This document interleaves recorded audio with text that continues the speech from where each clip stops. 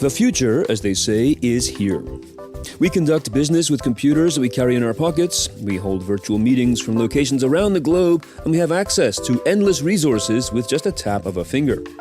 So why are we still developing leaders like we did 30, 40, and even 50 years ago?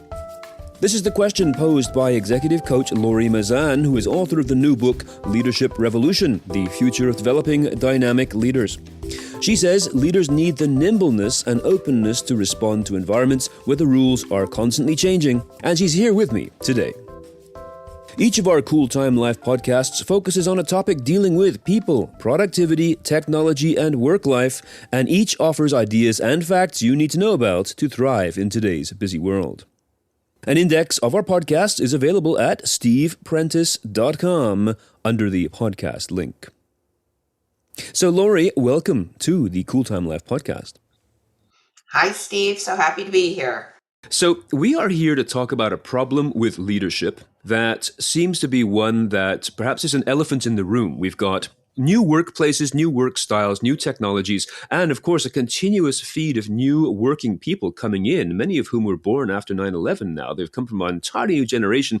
Yet, Laurie, you say that leaders and leadership hasn't really changed much since the 80s, or maybe even from the 1950s.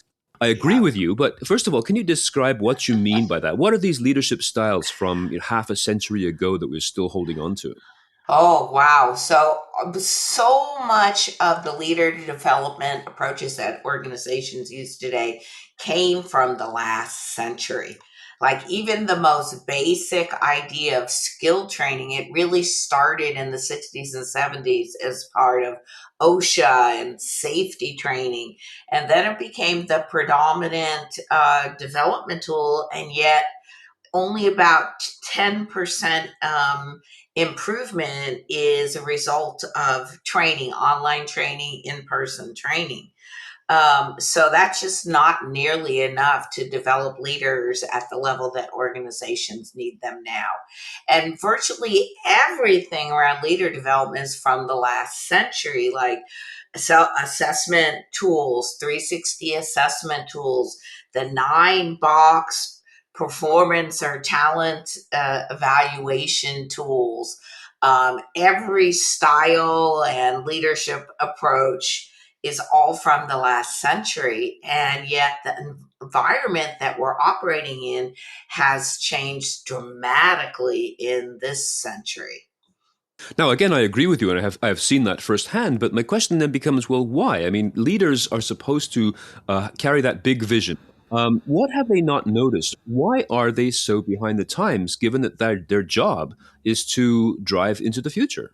I think a lot of leadership is older at this point, and so they're really familiar with ideas from the last century. I also think there's not a lot of new options. So, an interesting situation happened with performance evaluations.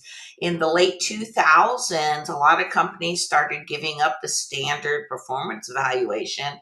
And then in around 2015, they started readopting it. And one of the reasons that was there wasn't any alternative. So those old style approaches are sticking just because organizations need to have something, and there's not a lot of new things out there for people to utilize.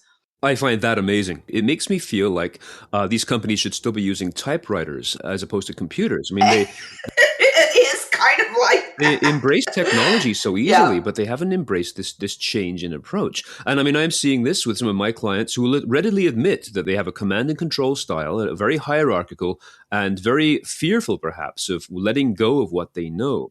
Yes. So we have this as a problem. Yes. Okay. So what are you seeing then? Yeah. Literally, we've been trying to combat that command and control approach for 30 years now, and we still have not been very successful. So we need a leadership revolution. We do. Okay, so we've established now why we need it, or at least we can conclude that point by suggesting perhaps that, companies who continue to hold on to these decades-old styles, are they destined to fail? Are they destined to die away if they stay doing what they're doing? Or are there some benefits to sticking with the command and control system? I think some people think there are benefits. The command and control style does create compliance. But what it doesn't create is commitment. It doesn't create a workforce that goes beyond the basic, that goes beyond, hey, I did my job and that's all I need to do. I also think in the change environment where, 20, 30 years ago, people stayed at one job, one company their entire career. Now people are changing jobs every 2 to 3 years. Like, how are you going to retain your employees if you have a style of leadership that nobody wants to be subjected to? And now we're talking about retention, engagement rates, and this level of commitment and trust that just doesn't come from a command and control style. Like that fear based approach, right? Not a trust based approach. Yes, a fear based approach, absolutely. So this creates a real triple threat here. First of all, we've seen in the last couple of years the ideas of quiet quitting and the great resignation, people leaving not necessarily just because they don't like their leader, but because the work doesn't seem worth it anymore, which has an immediate reflection back on the leaders who are not making it worth it to them anymore. And in addition to that, we have a workforce that is so much more aware of their own individual career mobility. There isn't that need, that fear to stay in one place for decades any longer. So Yeah. these should be substantial wake up calls to leadership or to the boards of directors, right? Yeah, I was just thinking like these days the younger generations they don't view work the same way. They don't view it as a means to an end. They view it as a means. So they want work that they have influence over, that they can have impact with, that they're passionate about. They're not, post industrial revolution where they're going to be satisfied, screwing in a bolt for 30 years and waiting till retirement. The whole dynamic of the workforce has changed. And then you add low unemployment. We've really had low unemployment for a long time. So being able to retain skilled, passionate, committed employees really is a big challenge. So we need to look at a sort of fluid and dynamic workforce. Also, one that maybe doesn't embrace the idea of old school things. I mean, if you think about talking to somebody who is in their 20s right now about some kind of system, even like Jack Welch, for example, you're going back into an era that precedes them enormously. And so any sort of philosophies you want to pursue, they're largely out of touch with those kinds of things, not through any fault of their own, but because that's where we all are in time right now. So skills-based development is not enough for leaders.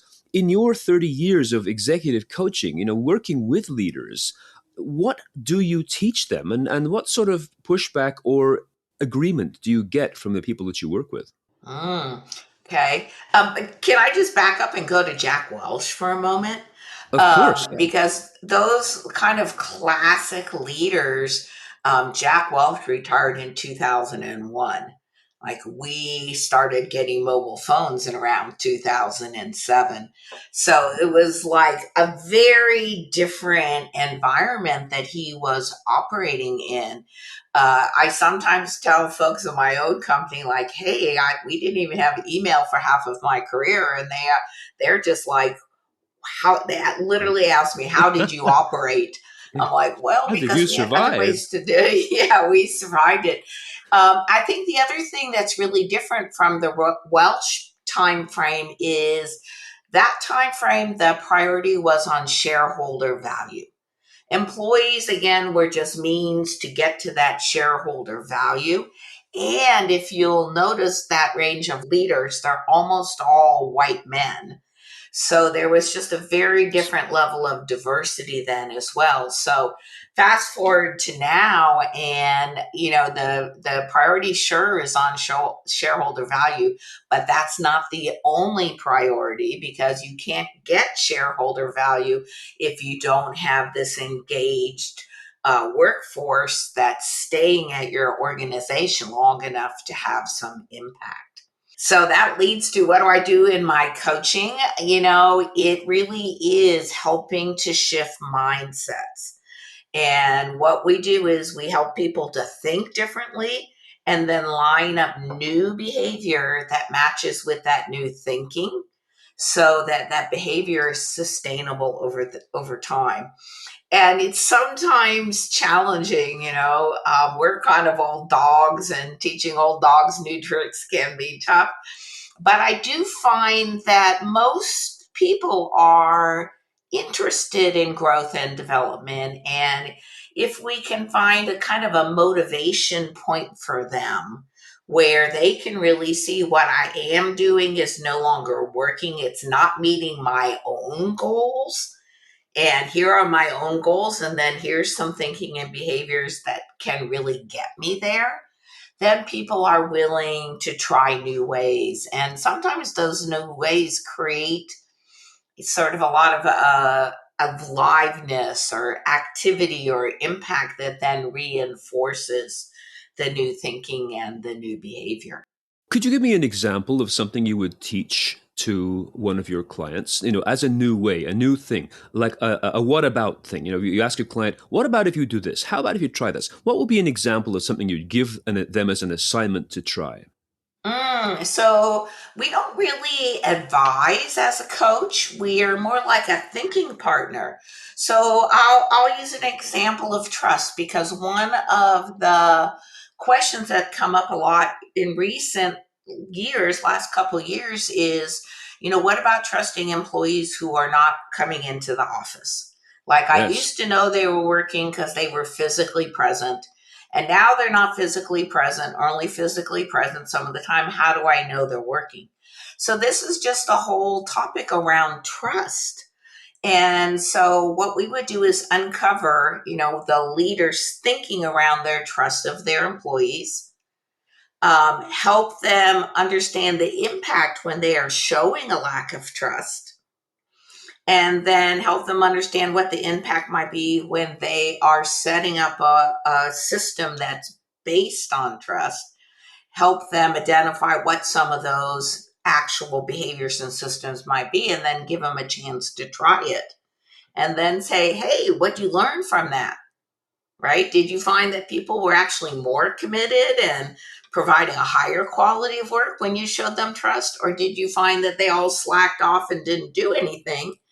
Or the opposite, when you didn't trust them and you're trying to, quote, prove they're working, did that actually make them work more or make them work less? So it's almost like this iterative, experimental approach, because if I just tell them what to do, it's very easy for that leader to either make me right or wrong. Oh, you told me to do that and it didn't work. Or even if you told me to do that and it did work, now it's me, it's not them. So Right. for the leader to really have impact, they have to own their own thinking and their own actions. And the other part of this is leaders are successful in relation to their context. So Jack Welch is a great example. He was successful at GE. If he had been at another style company, he may not have been as successful. And one of the things that was part of my coaching career is a lot of GE employees that came up under Jack Welch moving to other companies of other styles and not being successful. And I would get called in repeatedly because that person's leadership approach was rocking the boat, or stepping on toes in another culture that wasn't the same as GE. And it was very difficult for those leaders to change their approach. At least 30% of those folks left that company and tried to find a culture that was closer to GE, because they felt like they actually couldn't change. So yeah, that worked at GE, but it didn't work at other Fortune 100 companies that had a very different culture. So context is really important as well. Even when you bring up things like Fortune 100, or even think across to like Dow Jones, the companies that were the foundations of those kinds of analytical reports, so many of them have disappeared or consequently failed just because of time. Or lack of adapting, right? Yeah, Lack of yeah. adapting. Yeah. Totally. And it's interesting you were mentioning before about, trusting people to work, and I can only trust them if they're at the office where I can see them. I can tell you in my earliest days when I was consulting on software and computer technology stuff way back in the 90s, one of the first things people asked me was, how can I fast switch my screen so that when the boss comes in, it looks like I'm working? The myth that just because someone's physically in the office, they're actually working, I mean, that to me is the number one mistake that Yeah. managers and leaders can make. You can't 100%. believe. It's a yeah, it's a perception based Yeah. thinking. I actually had a client one time where the organization, and this was like a Fortune 5 organization, called me in because they didn't think this one employee was working hard enough. And so, and high level leader. And so I watched what they were doing and checked them out, and they were working. But I asked them, what do you do when you come into the office? And that person was coming in early, going to the cafeteria, getting a cup of coffee and reading the newspaper from like 7 to 8 in the morning, and then starting work. And I was like, who do you see inside the cafeteria? Sure enough, they saw their boss or the CEO or somebody. And I said, stop reading the newspaper in the cafeteria, get your coffee and come back to your office. That's the only thing he did different. The next time he was up for evaluation, he got promoted. Right? It Wow. was like just all perception of working, not actual working. So, how do you know if people are actually working? Not because they're there with their body, but because there's output, there's an outcome, there's deliverables. That's what needs to be tracked. Not that someone is in front of their computer. Of course, people can be doing anything on their computer. And believe me, they actually are, Yeah. especially if they're not engaged in their work. If they're not finding it interesting, they're not passionate about it, they're not doing something that has impact, that's satisfying to them. Much easier to just scroll around social media or other things, than doing work that's boring and, not making any difference. Absolutely, and I mean the command and control mindset would say, okay, if you're bored and you're not doing your work, then we got to fire you. Whereas you could say, well, what is your passion? Maybe there's somewhere else in the organization that is better for Right. what you do. And of course, this is now becoming a major player in just work today is matching people to their culture. So it's not only a matter of the time, where and when they do the work, but also what kind of person they are and how the culture can fit them and vice versa. Yes. So I see a lot of challenges to old Mhm. school leaders who, frankly, would prefer, I think, that everyone stay in their own little space, behave, do their work, and then go home. So yeah, a lot of difficulties for Right. for people. Do you have any? Yes. I'm curious to know. Do you have any role models that you like to share with your clients? The ones I have had the most experience with of late is a lot of the new sort of venture backed startups in the Silicon Valley where they are fully remote or they are doing things in a very different way. And primarily that's because they are younger and their premise is really around innovation, so that innovation theme runs through everything, including leadership. Yeah. I have not seen so many organizations, large organizations, adopting things very differently. I think pockets adopt things. And I do find that the HR and people in culture functions are looking for new ways because they have the view of the whole organization and they are seeing that the old ways are really not having the impact that they would enjoy. So they're looking for some new ways to develop leaders, to create this sense of connection between the organization and the individual, to create the culture that keeps people wanting to be at the organization.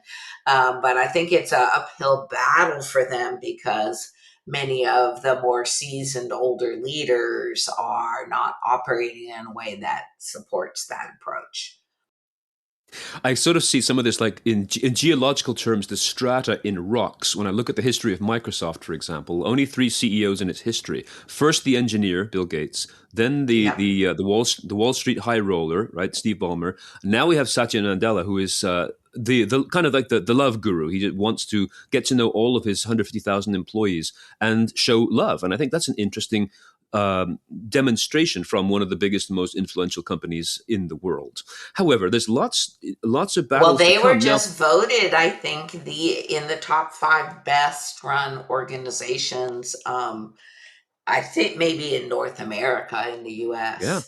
And because of that, and it seems really sappy. And if females were talking about love at the corporate level, they would get laughed out of the room. Yes. But for Yes. a man to talk about that, the reality is like if people love their work, if people love their organization, if people love their colleagues, guess what? They're going to be doing their best possible work.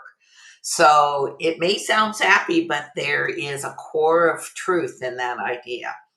So I imagine there are many leaders who are saying, yes, I want to do this. I want to be part of this modern train.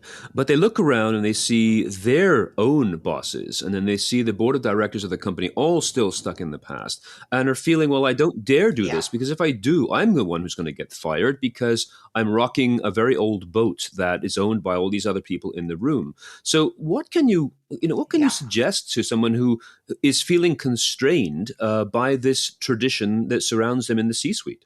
I think one of the things is just go slow.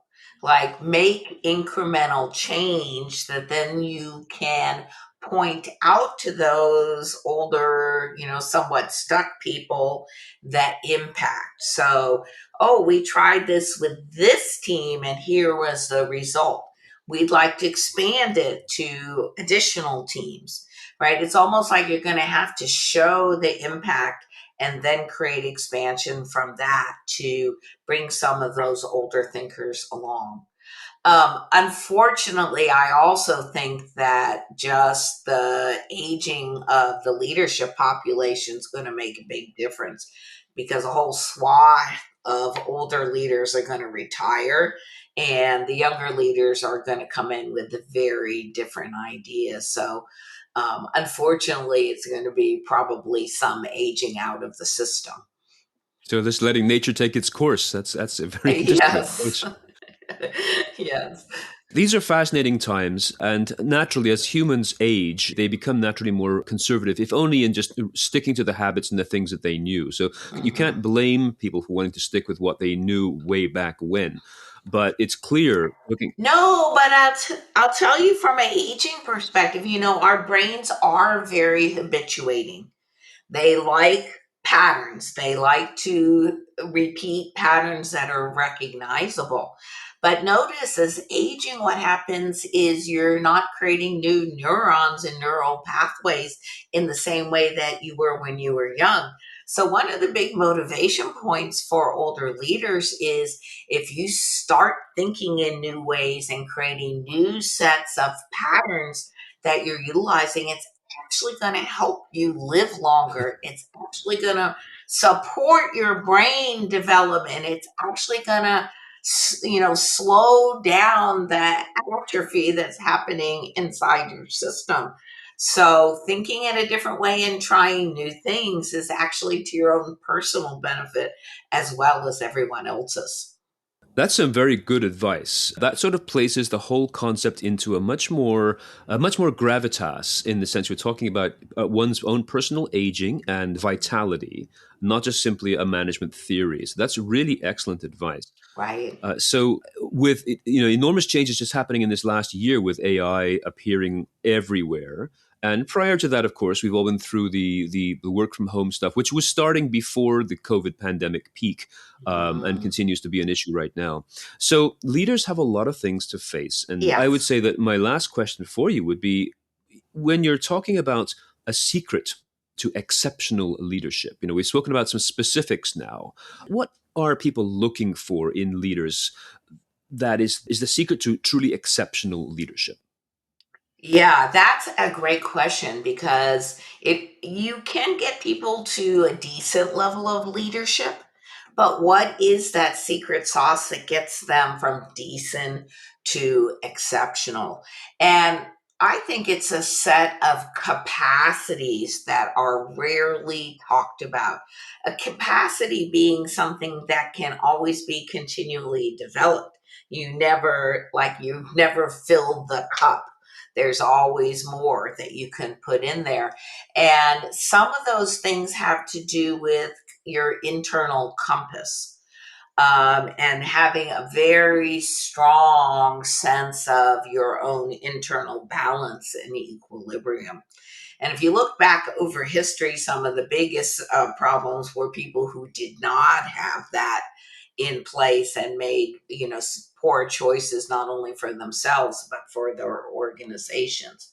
But there's a set of about 5 or 6 or 7 capacities related to that I think elevates leaders from the basic to the exceptional.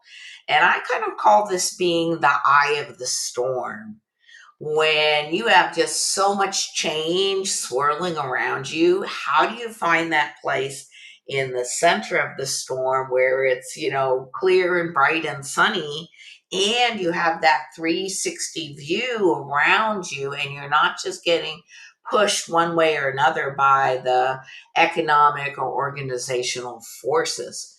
When you get to that place, there's kind of an internal strength related to staying in the eye of the storm, and that helps others to trust you. It feels like you're not going to get pushed over by the board or by some demanding customer or by the economy or whatever it is, that there's something solid there that employees and the organization can depend on.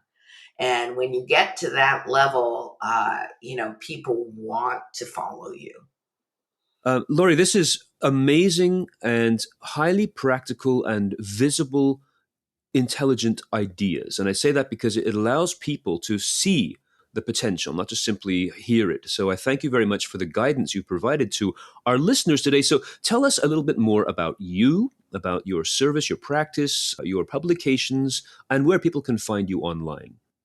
So I'm the founder and president of a company called Sounding Board, and we provide coaching-led leader development for organizations and the software to be able to scale that kind of development approach. You can find me at Laurie at soundingboardinc.com. You can find the organization at Sounding Board Inc., www.soundingboardinc.com. And I have a new book that just came out last month, and it's called Leadership Revolution, The Future of Developing Dynamic Leaders. And you can find that on Amazon and anywhere books are sold. So this has been wonderful, an absolute treat. Thank you. Now people know where to find you.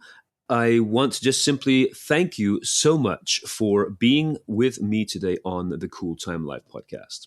Thank you so much for having me. I really enjoyed the conversation. Once again, Laurie's book is Leadership Revolution, The Future of Developing Dynamic Leaders, published in October 2023 by Wiley. And you can find out more about Laurie and her company's leadership solutions and services by going to soundingboardinc.com. That's all one word, soundingboardinc.com. If you have a comment about this podcast or the series, please feel free to drop me a line through the contact form at steveprentice.com, where you can also find my social media links. A full listing of our Cool Time Life episodes is available at steveprentice.com/podcast. I update the episodes regularly so that the concepts do not get dated. So check them out and download whatever feels good. And if you feel you are getting value from this series, please leave a review and tell somebody about it. And if you want to, you can support us on Patreon. Contributions from our listeners allow me and my team to spend more time researching and preparing our podcast series. So if that feels fair to you, please visit patreon.com/Steve Prentice. Until next time, stay safe and thanks for listening.